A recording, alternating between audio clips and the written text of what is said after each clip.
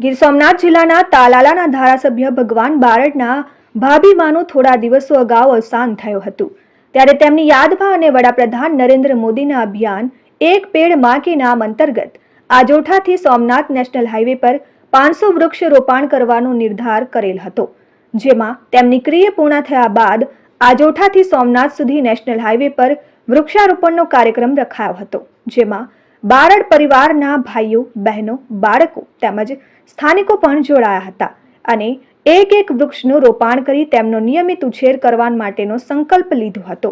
પર્યાવરણ બચાવવા માટે આપણે સૌએ આગળ આવવું પડશે અને સૌ કોઈએ માત્ર એક વૃક્ષ તો આ પોતાના આંગણા, ઓફિસ કે અન્ય જગ્યા પર વાવેતર કરવું જ જોઈએ। આ અપીલ ધારાસભ્ય ભગવાન બારડે કરી હતી।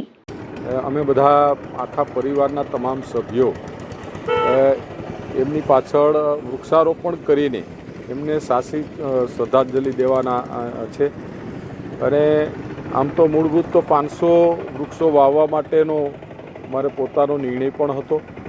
એમ આજે અમે ક્રિયા પતી ગયા પછી આજોઠાથી લઈ અને છેક સોમનાથ સુધી હાઈવે ઉપર અમે આજે વૃક્ષારોપણ કરવાના છે અને ઓછામાં ઓછા 350 ઝાડ આજે એનું રોપણ અમે કરવાના છે।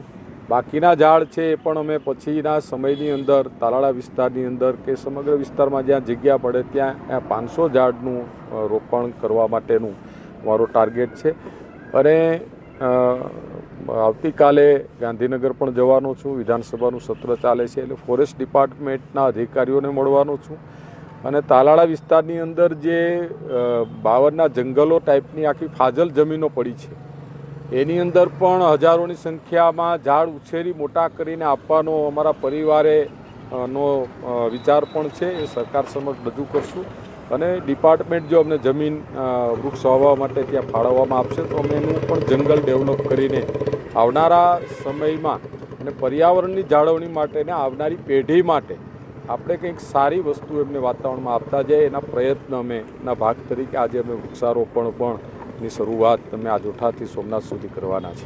Dikshita Parmar, RN news, Gir Somnath.